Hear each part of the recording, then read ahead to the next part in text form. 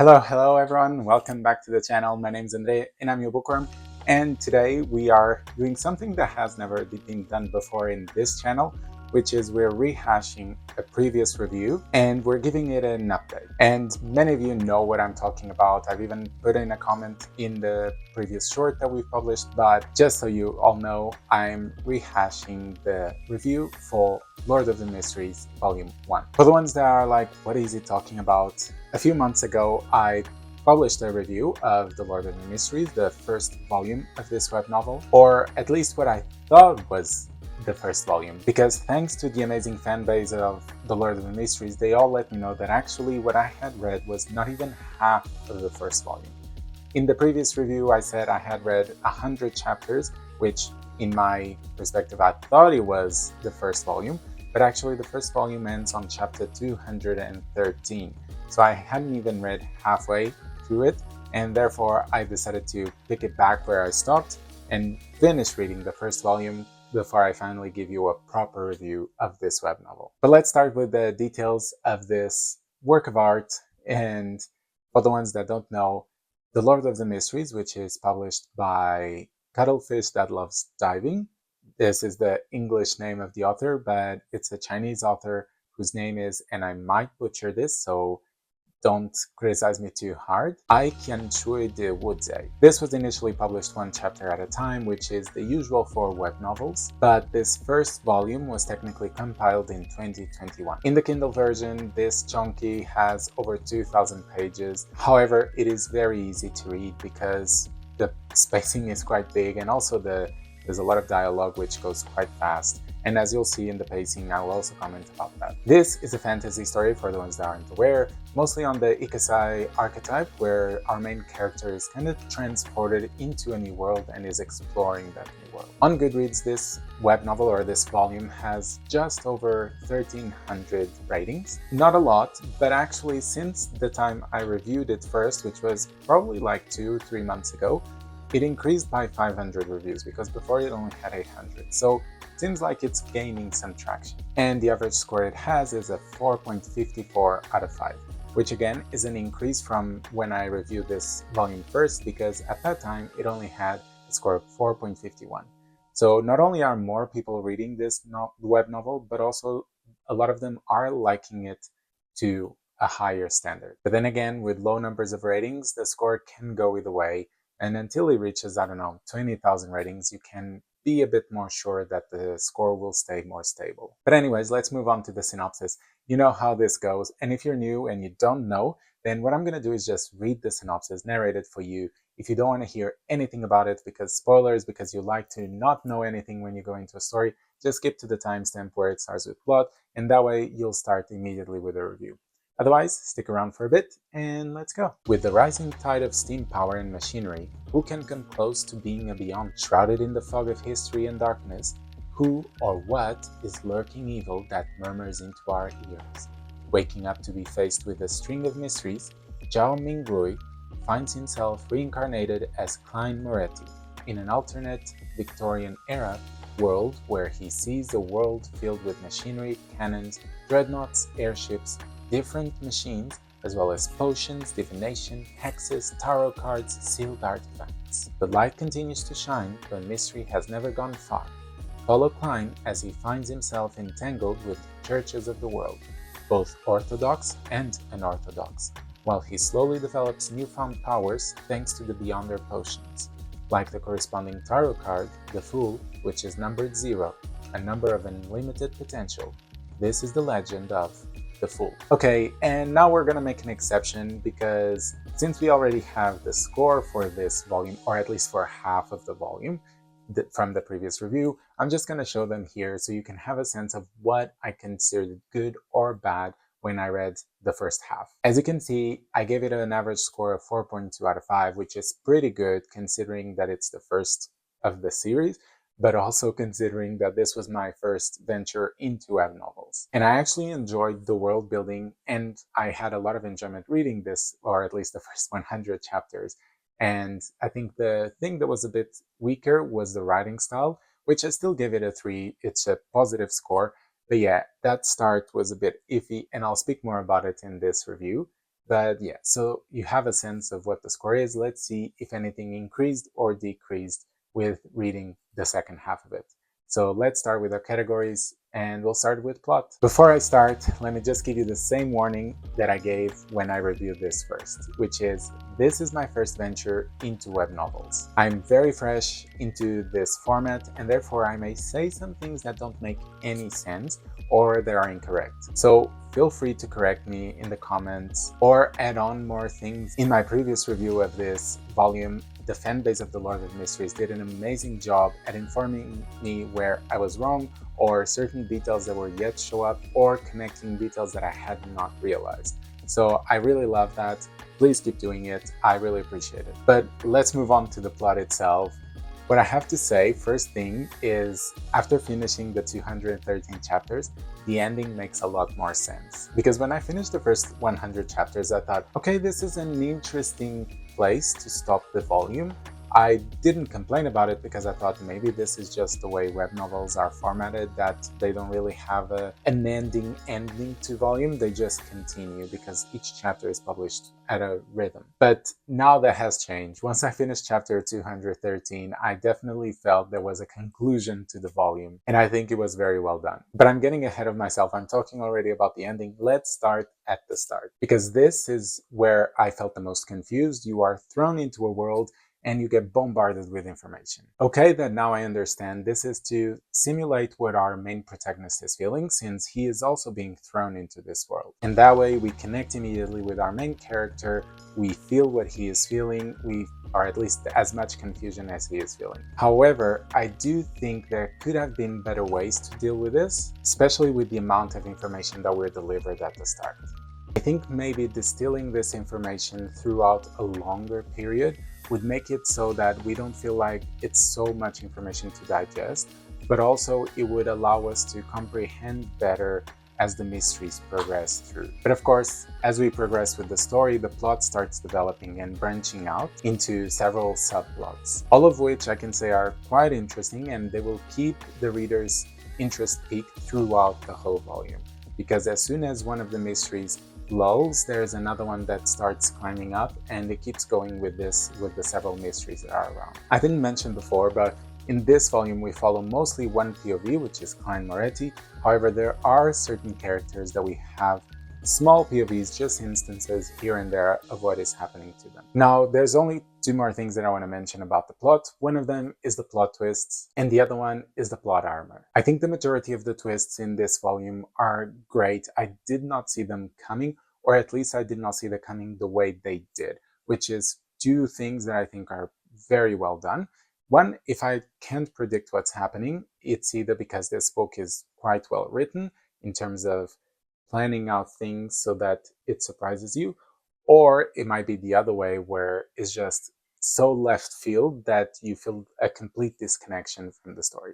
This didn't happen. It was more of the first case, so I think the author was able to plan everything very well to surprise you at the right time. And regarding the plot armor, and this I might be walking a bit into spoiler territory, so if you don't want to hear anything, just skip a minute or two, or maybe into the next category. I'll just say out front that for this category, I'm going to give a 4 out of 5 so that you can move on to the next category if you don't want to hear any spoilers. One thing that I thought was a bit annoying was the constant luck that Fool has to survive any situation, or to know what to say or what to do at the right time. And okay, that at the end of the volume, he kind of doesn't do the right thing, or doesn't suffer so easily, or doesn't get the good treatment, the plot armor treatment.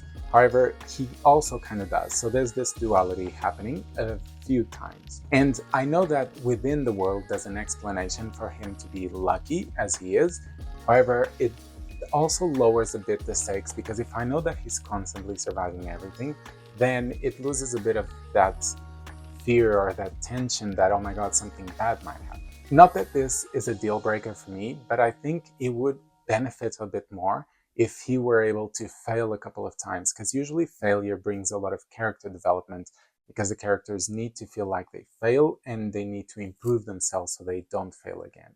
So I think this is just a missed opportunity for character development. It might annoy some people. For me, it's still okay. But anyways, like I said, for me, it's a great plot.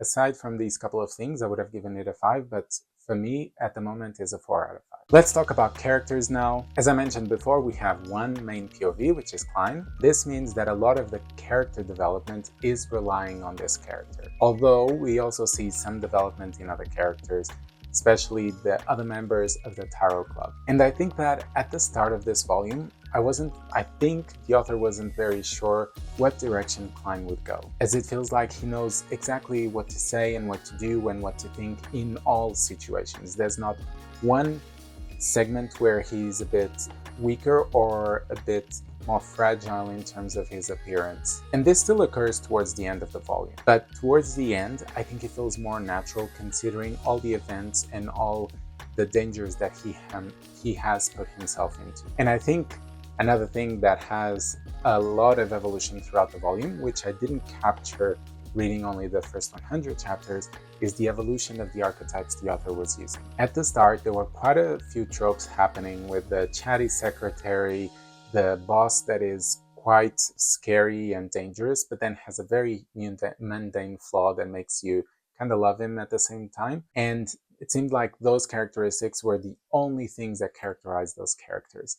However, as the book progresses, we actually see them develop into fully fledged characters that have other things aside from those tropes. And one thing that I thought was also very well done is the insanity of this world regarding the characters. This is somewhat related to the world building category because the insanity comes with the magic, but the fact that so many people are at risk of becoming insane, this allows the author to play a lot with what the characters feel and what they think. Because what might look like insanity to some people might just be that they're a bit, I don't know, silly, a bit awkward, a bit crazy, but not insane. And so you as a reader, you start questioning yourself and start questioning, what is this person a danger or is it not? Are they just saying something random or are they actually becoming insane? So I think that was very well played, and I'm keen to know more about in the second volume, see how this develops. For now, for this category, I'm also going to give a 4 out of 5. However, I think compared with my previous review, this category has become a lot stronger, so it's a stronger 4. And I'm guessing that in the next volume, it might improve even better and it might even reach a 5. Halfway through it, we have world building, and this category got a 5 before when I reviewed the first 100 chapters. And I think it will keep it like that for this review, because this category is what I think the crowning jewel of the Lord of the Mysteries. Cuttlefish that loves diving also loves to create mysteries, because there are mysteries about every single detail of this world. The society, the world itself, the cities, the magics, the continents, the religions, you name it. There's a mystery for everything. And okay that at the start, when you get into the web novel, you're just bombarded with information and all these things that both you or the character don't know about. So it might feel confusing and it might feel like a lot. But as you start getting a grip into the world, seeing how the magic systems work, how the world itself and society works, everything starts making a lot more sense and the mysteries start gaining a lot more interest. Regarding the magic systems, I think the potions are what we would consider the hard magic system, whereas the fog realm and divination, all of those are the more soft magic system. Because of this, I personally am more interested in the potions part, but also because it always tickles that part of you where you think, which potion would I take, what would suit me better, all of those questions. But I think that with the progression of this volume, you also start realizing more and comprehending more, not only about the sequences, the potion sequences, but also the rules that govern them and how you can or cannot take them. And of course, with mysteries revolving both this world and our world, since there seems to be some communication happening between them, it allows us to keep thinking that we know more than we actually do. And we keep getting surprised because of that. And I think that's a good detail to have, because it keeps the readers on their toes. So for all this, I'm going to keep the category with a 5 out of 5. Let's talk about writing style now. And as I said before, this category had been the worst when I read the first 100 chapters, because it got a 3 out of 5. And even though it was the worst, it was still a positive score. For me, a 3 is positive. It's almost non-positive, but 2.5 is the middle. So 3 is still positive. And I think he got this score that was mostly driven by the start of the web novel. Because like I mentioned a few times, it was rough, it had a lot of detail, I wasn't understanding why we needed so much detail on so many things that didn't seem that relevant, such as coins, clothes, food. But then again, when I scored this, I have only read half of the first volume. So for me, that start was a quarter of the total, which felt like a lot to go into so much detail. But now, having read the actual first volume, 200 and something chapters, then that start is actually more like an eighth of the totality. So it feels a lot less. And besides, having read a lot more, I can understand more why those details were important, since they do become important later on. I still can't give a 5 to this category because I still think that the start could have been rearranged, and there are some issues regarding the prose and being sometimes a bit too simplistic or sometimes too colloquial, and I think it could have some editing done, but also pacing wise, because there are parts where everything is happening and then parts where it feels like we're just going through the waves, and a bit of editing would have solved that. But it's nothing too serious, it's nothing too bad. I just think, yeah, to get that 5, it needed some adjusting. So for this category, I'm going to give a 4 out of 5. And I think this category has a lot of potential to increase even more in the next volumes, because now we won't have that clumsy start. I think the author, as he writes, he will improve upon his skill. So this has a lot of potential for a 5. And our last category is enjoyment, which I gave a 5 in the previous review, and I think I will give the same for this one. Because I think the second half of the first volume is even better than the first, with more mysteries being added, but at the same time, a few of them being resolved or uncovered to reveal even more mysteries. Besides, it is such an easy read. You can just pick it up at any time. You won't get lost whatsoever. It might take 1 or 2 pages for you to catch up, but it's super easy and it's so fun to read. It's like that read when you're feeling a bit low or energyless that you can just pick up and you're like, ooh, let's see what's gonna happen next. And I mean, I've enjoyed it so much that I already picked up volume 2, even though it's gonna take me a while to finish it. I still need to figure out what is the chapter that volume 2 finishes on, but don't expect me to deliver any content very soon because it will take me some time to read it. But so for this category is just to say that it is a 5 out of 5. And that is it for the revised review of The Lord of the Mysteries Volume 1. Just as a refresher, we have 4 for plot, 4 for character, 5 for world building, 4 for writing style, and 5 for enjoyment. And this gives us a final score of 4.4 out of 5. So not only did we have an increase compared the first review with this one, but also the score got a lot closer to the Goodreads score. So it means that my opinion is more aligned with the average population than it was before. I still think this first experience of reading a web novel was interesting. There was a bit of almost regret when I started reading it and having that confusing start. But as I progressed, that regret disappeared and I was able to fully enjoy it and just get immersed in this world. And I'm very keen to keep talking about this world, not only in the review format, but also just content about the world, theories, magic systems, all of this. So if you have any topics that you want me to cover, just comment down below and I'll try to form a video talking about it. But yeah, I think that is it for today. So I just have to say, if you're new, don't forget to subscribe, like the content, and I'll be seeing you on Thursdays and Sundays, okay? See you soon.